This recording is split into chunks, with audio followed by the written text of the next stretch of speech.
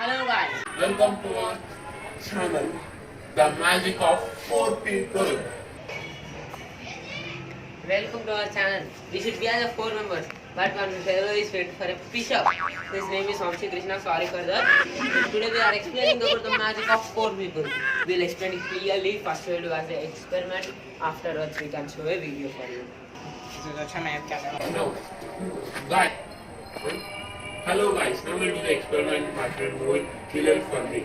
Hi guys. So we'll do the experiment. Yes, can go. Right here, cameraman is I am. P. There are the equipment. We should have the candle and the two disposable glasses and the water and a matchbox. We didn't have the equipment clearly. The equipment clearly is One tripe stand, candle, two disposable glasses, and the matchbox. We didn't have the stripe stands. We'll continue in this manner. Now we'll start it. First, burn the candle.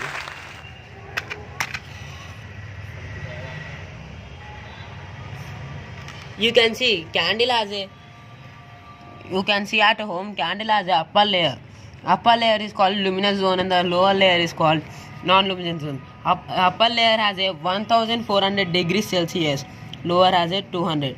They had a middle part and a blue zone. They will increase 200 degrees. Now we'll start the experiment. First we'll burn the disposable glass. We can see the empty cup burns quickly. See, it is burning. See, it started burning. You can see it started burning. It burns quickly. Now, take another one. Take another empty one and pour a water.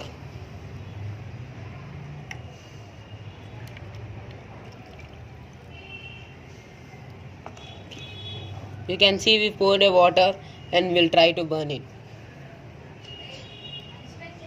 1 minute. You can say in the comments the answer it burns or not burns after pausing the video. Now we'll see. The cup won't burns quickly. See. The cup won't burns quickly. Why? Because inside the cup of water makes the paper to has a low ignition temperature and it won't burns. It will take a so long time. After evaporating water, it burns quickly. Now we'll show as a clearly information. Where, as humans, we discovered fire. To do this, we will need to go 2 million years ago. Our ancestors at this point in time are all hunters and they all lived as hunter-gatherers. When I say hunter-gatherings are actually populations which are a point where, as humans, we discovered fire. To do this, we will need to go 2 million years ago. Our ancestors at this point in time are all hunters and they all lived as hunter-gatherers. When I say hunter-gatherings are actually populations which are of size of around 50 people living together. Why did they have to be in groups of 50? One, they have to be mobile. They will have to move easily from place to place because if they stayed in one place, they could easily be attacked by other predators or other animals. So they had to be constantly on the move. So possessions like, for example, a house would actually be a burden. And two, if the population size increases beyond a particular number, say 50, getting food for all of these people at the same time was actually a problem. Remember, all of our ancestors were hunters, which basically meant they were expected to hunt before they ate their food. So for hunting for a large population would have actually been a problem. So they all ended up maintaining a small population size of around 50. To maintain these small groups of population control was practiced. And this population control was in the form of infanticide. That is, they used to kill children at their birth itself, or abandonment of the aged and the infirm. And even a few people were murdered. If the group grows too large for its territory to sustain, a fraction typically used to split off and and they used to live as a separate group of people. So effectively, there were around 50 people who were living together. And there was also another problem that humanity faced at that particular point in time. And the problem was no place because the temperatures were very low. So our ancestors lived mainly in this region called tropics. That is a region in and around the equator on the globe. And now this form of life continued for some time.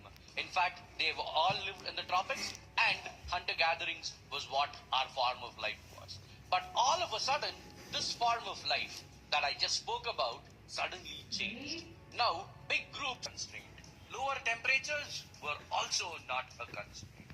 What actually changed this form of life was surely the mastery over fire. Fire was the first hidden energy source liberated by humans. What animal, other than of course termites, ever thought of getting useful energy from wood? With this extra portable non-food energy, people could suddenly live anywhere. Climate was now not a barrier for people to live.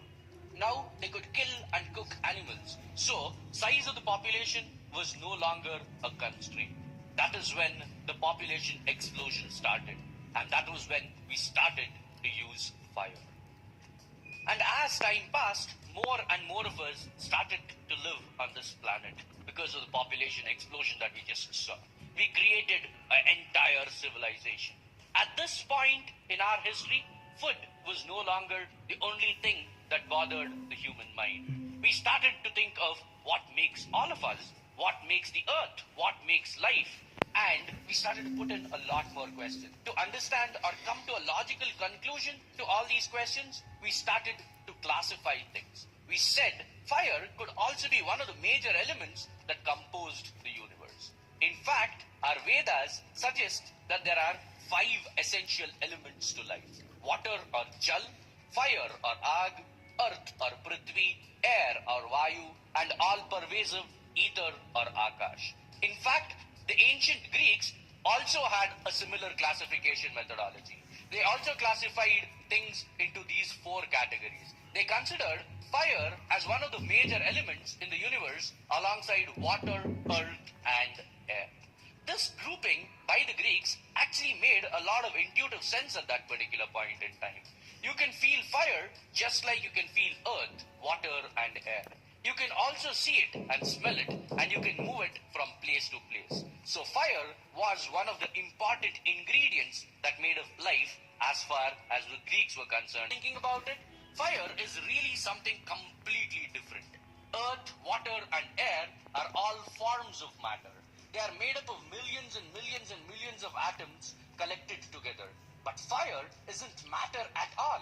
It's a visible, tangible side effect of matter changing form. It's one part of a chemical reaction, and the chemical reaction is what we call as burning. Fire can actually destroy your house and all of your possession in less than an hour. It can reduce an entire forest to a pile of ash and charred wood. It is also a terrifying weapon with nearly unlimited destructive power. Fire, in fact, kills more people every year than any other force of nature. But at the same time, fire is extraordinarily helpful. It gave humans the first form of portable light and heat. It also gave us the ability to cook food, forge metal tools, form pottery, harden bricks, and drive power plants. There are a few things that have done as much harm to humanity as fire, and a few things that have done as much good as fire has done to humanity. It is certainly one of the most important forces in human history. But the question still remains, what exactly is fire? Let's answer that question. Fire is the result of a chemical combustion reaction, typically a reaction between oxygen in the atmosphere and some sort of a fuel. When I talk about fuel, anything that burns is actually fuel. You can take wood, for example, or gasoline, or petrol, or natural gas. All of these ingredients which actually burn is what we call as fuel. So basically, it's a reaction between oxygen in the air and a fuel. Of course, the wood and the gasoline don't spontaneously catch fire or just because they're surrounded by oxygen. For combustion reaction to take place, the fuel has to be heated to a higher temperature than it naturally exists. And this temperature to which you will need to raise the fuel. From a combustion reaction to take a place, the fuel has to be heated to a higher temperature than it naturally exists. The temperature to which it needs to be heated is called the ignition temperature. Technical name is called the ignition temperature. Now, if you have fuel and you are able to heat this fuel to the ignition temperature and there is oxygen which is present in the atmosphere at the same time, then the fuel and the oxygen will combine or will react to form something called as fire, and that is what we will actually be exploring through the chapter now. To understand all of this, let's take an example of a wood fire. When I say wood fire, I'm just basically talking about wood which is catching fire. So here is the sequence of events that typically happen when a wood catches fire. Something heats the wood to a very high temperature. This could be a number of things that can basically heat the wood to that temperature. It could be focused light, it could be friction, it could be something else that is already burning. And one thing that I would want you to note is fire is what makes fire. That is, you can have fire created only if you have a basic fire created. And that is something that we will explore in the later part of the chapter. So, the wood basically needs to get heated to its ignition temperature. When the wood reaches, say, to about 260 degrees Celsius, the heat decomposes some of the material that make up the wood. The decomposed material is released as a volatile gas, typically a compound of hydrogen, carbon, and oxygen. When the gas is hot enough, the compound molecules break apart and the atoms recombine with oxygen to form water, carbon dioxide, and other products. The gases that rise through the air make up the flame. Carbon atoms rising in the flame emit light as they heat up. The heat of the flame keeps the fuel at the ignition temperature, so it continues to burn as long as there is fuel and oxygen. So now if I basically need to summarize everything that happened, you've taken wood and you've heated it up by some source. It could be light, it could be friction, it could be another fire which basically heated it up. When you heat up the wood, what happened was the material in the wood decomposed, and the decomposed material released some volatile gases. These volatile gases basically mix or react with oxygen that is present, and that generates a lot of heat, and that is what you basically see as fire. A side effect of these chemical reactions is, like I told you, a lot of heat. The fact that the chemical reaction in the fire generates a lot of new heat is what sustains the fire. As they heat up, the rising carbon atoms as well as other atoms in the material start to emit light. This heat produces light effect is what you call as incandescence. That's the technical name for heat producing light, incandescence. And it is the same kind of thing that creates light in the light bulb. It is what causes the visible flame. Flame color varies depending on what you're burning and how hot it is. Press the bell icon. Thank you for watching this video.